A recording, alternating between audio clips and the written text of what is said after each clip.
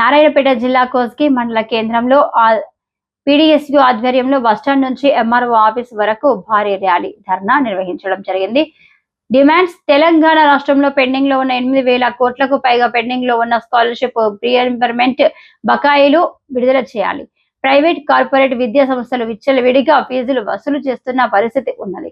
తక్షణమే ఫీజుల నియంత్రణ చట్టాన్ని పకడ్బందీగా అమలు చేయాలి.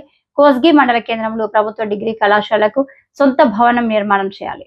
కోస్గి మండల కేంద్రంలో boys and girls SMH hostels ను మంజూరు చేసి సొంత భవనాల నిర్మాణం చేయాలి.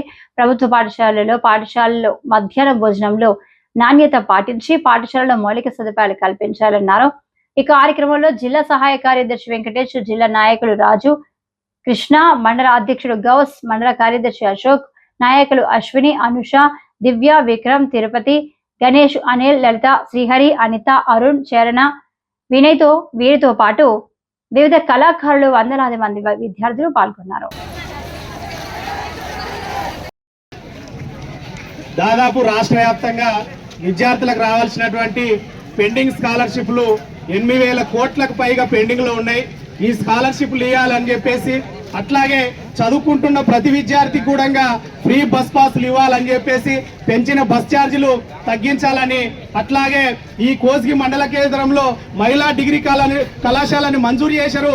దానికి సొంత భవనం లేదు, సొంత భవనం కూడా నిర్మాణం చేపట్టాలని చెప్పేసి, అట్లాగే ఈ కోస్గి మండల కేంద్రంలో ఎస్ఎంహెచ్ ఇంటర్మీడియట్ కళాశాలలు విద్యార్థులు, డిగ్రీ కళాశాల విద్యార్థులు ఇక్కడ ఉండి చదువుకోవడానికి ఎస్ఎంహెచ్ హాస్టళ్లను ఏర్పాటు చేయాలని చెప్పేసి, అట్లాగే ప్రైవేట్, కార్పొరేట్ విద్యా సంస్థలలో విచ్చలవిడిగా ఫీజుల దోపిడీని వ్యతిరేకిస్తూ ఫీజుల నియంత్రణ చట్టాన్ని పకడ్బందీగా అమలు చేయాలని చెప్పేసి, అట్లాగే ప్రభుత్వ జూనియర్ కళాశాలలో చదువుకుంటున్న విద్యార్థులకు మధ్యాహ్నం భోజనాన్ని ఇంప్లిమెంట్ చేయాలని చెప్పేసి పీడీఎస్ విద్యార్థి సంఘంగా డిమాండ్ చేస్తా ఉన్నాం.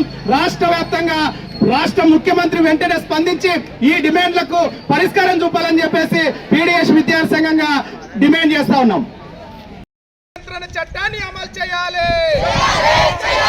ఇవ్వాలి విద్యార్థులకు రావాల్సిన 8,000 కోట్లకు పైగా ఫీజు బకాయిలు ఇవ్వాలి.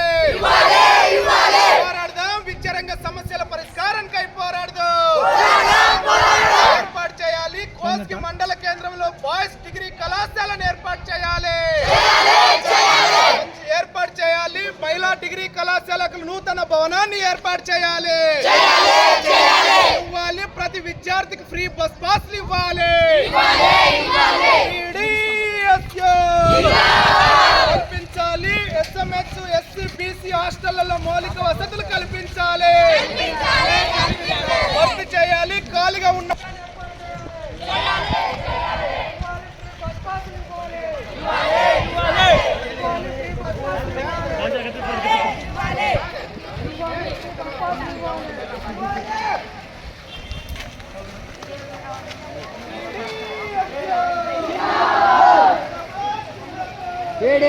జిందాబాద్.